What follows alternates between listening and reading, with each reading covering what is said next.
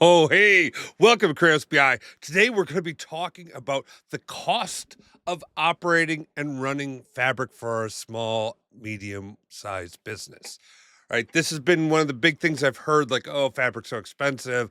Oh, how are we going to ever possibly afford it? Uh, we're going to dismiss all of those concerns and worries. Check out my other videos where I actually go in depth about these different strategies. But in this video, we're going to go deep into this amazing blog post that really breaks down and outlines the cost on what does it mean to maintain fabric inside of a small business. I can't wait to talk about it. All right. So if you don't know, my name is Chris Wagner. This is Kratos BI. Make sure you like, subscribe, do all that good stuff. If you want early access to all this stuff, become a member for as little as $5 a month. You can get early access to all these videos, but nothing's behind a paywall. So go ahead, become a member. Or if you can't become a member, it's okay because all the videos will be out. So don't worry about it. Just for the price of a cup of coffee, you too can help a fabric YouTube author. I don't know. But we're going to be talking about this incredible blog that was written by Mim. If you don't know Mim, connect with him on either LinkedIn or over on X. He works at Microsoft, but he came from outside of Microsoft, where he has been evaluating fabric for a very long time, providing lots of intense feedback, and I think it's safe to say fabric wouldn't be the product we have today without Mim. Mim's also one of my data Spartans, so me and Mim go back ways.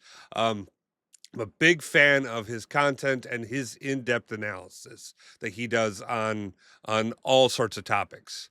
But one of the things that he turned his eye to was the cost of fabric for a small enterprise. So the link to this blog is down below. So you can actually go read the whole thing, make sure you connect with him on this stuff. But this is absolutely fantastic because it fits in with the conversation of how do you do this for a small business? Okay. Now, he's got three big things that he's going to be talking about here that we balance out. What's our cost? What's our freshness? And cost, freshness, query latency, right? So what does he mean by this, right? So we're talking about how often the data is refreshed, how are you doing import or direct query, or and then what's your overall cost? Okay, so he's really looking at in this analysis, he's looking at a small consultancy or like a small business, right? So he's saying, okay, hey, data's going to reside in one lake, and we're going to use an F2 SKU. Number of users is 15 employees, approximately 94 million rows. Uh, and for simplicity, we're going to assume the F2 SKU is using reserved pricing. Okay, so that means not just the bulk you start, but that you get the 41% discount. Okay, what does this break down? Well, the monthly cost. Oops. Ah.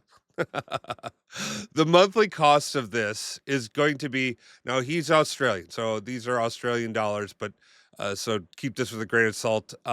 He's saying 15 users time 15 Australian dollars is 225. In the US, that'd be $10, so 250. And FSKU reserve pricing, I'm sorry, 1,500 or $150. FSKU reserve pricing is like $200 American. So let's see here. So the total here in the US would be 15 times 10 equals 150. Where the heck my equal key? Gosh dang it. Don't type and stream, folks, or record. All right. And then my costs on my capacity, my F2 is going to equal to well, it's like $200, but we'll say 210 for the people who are out there who get all bent up about math and budgets. So we'll give a little bit of time there. So your total is going to be US dollars, $360 a month. If we take into consideration the upcoming price change, for the Power BI Pro licenses. This is going to become 15 times 14, and that's going to equal, oh no, crap math.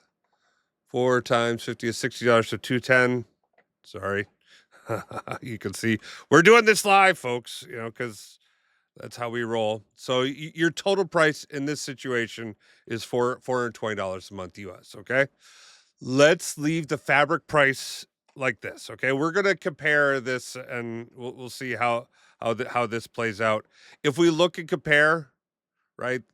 Like the 360 to the 150, that's like what is that, a third or two-thirds price? So factor time costs basically two-thirds, okay, for currency translation.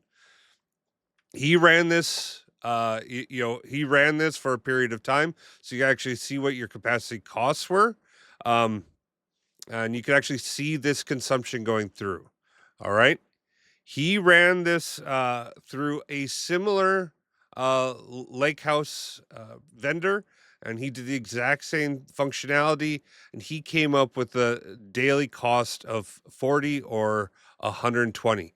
You could see that's more than double the price of running and operating in Fabric. Okay, now that's not insignificant, right? So, I mean, if we're talking that reserve pricing, or even you switch over to the pay as you go, you still save quite a bit of money compared to these other vendors. Okay, um, and he is calling out here that while serverless is attractive, honestly, the reserve pricing and that functionality with bursting and smoothing makes it so much easier to work. Okay, now he is calling out that when you're building this out, you're going to separate out your fabric capacities, which manage your loads, manage your data ingress, your transformations, all of that stuff, and then have your Power BI Pro capacities in a different workspace that leverage the information that's inside a factor or inside a fabric capacity. Okay. So the big things that we're going to be talking about here when it comes to like the latency and how fresh that data is are you using import mode? So you import the data on a set cadence. Direct query means it's going to be as live as it could be. Direct Lake is going to go live against the OneDrive files, and then composite models will actually kind of combine all of these together, but not really. This is kind of a joke of him, so let's kind of cross that out because import mode really only works with these two so far. There's no direct lake support to my knowledge. All right.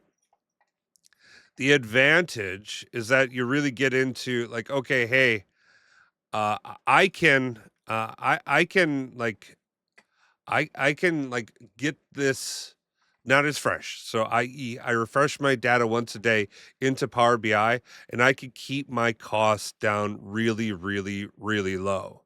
Or I can go over to direct query and I can increase my costs. Okay. So these are your levers, right? So if you need to if you're okay with a lower freshness, your cost is going to be lower. If you need a higher freshness, your cost is going to be up, right? Those kind of come together with this. Uh, Query latency is going to be your direct query versus direct lake. So direct query has an increased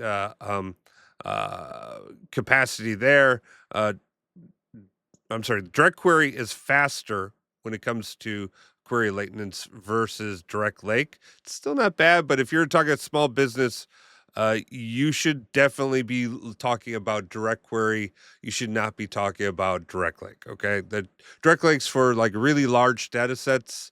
If you're if you're here, it is DQ all the way, direct query all the way for a small business. Okay. Now, that's kind of like the key takeaways here. He hones in on, and I'll zoom just a little bit here, but like set up that reserve pricing. Make sure you get that stuff set up there, and leverage one lake for your ETL workflows.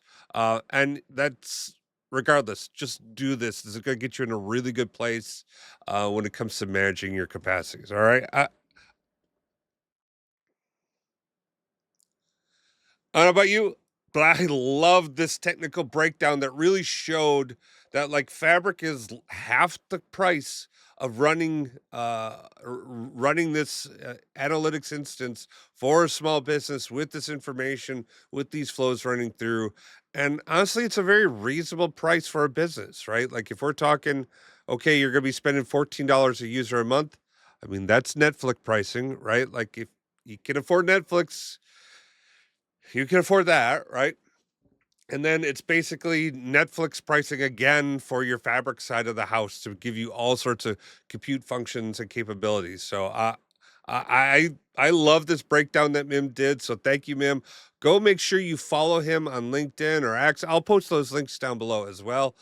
He just Mim does a great job breaking these things down, and it's incredibly useful for us all. So thank you guys so very much for tuning in.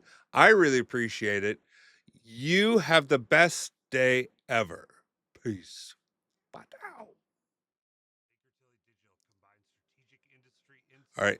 And I get it. This stuff can be pretty hard. But if you think this stuff is too difficult, head over to bakertilly.com or bakertilly.com/digital. There's like a little form button to get more information or get help.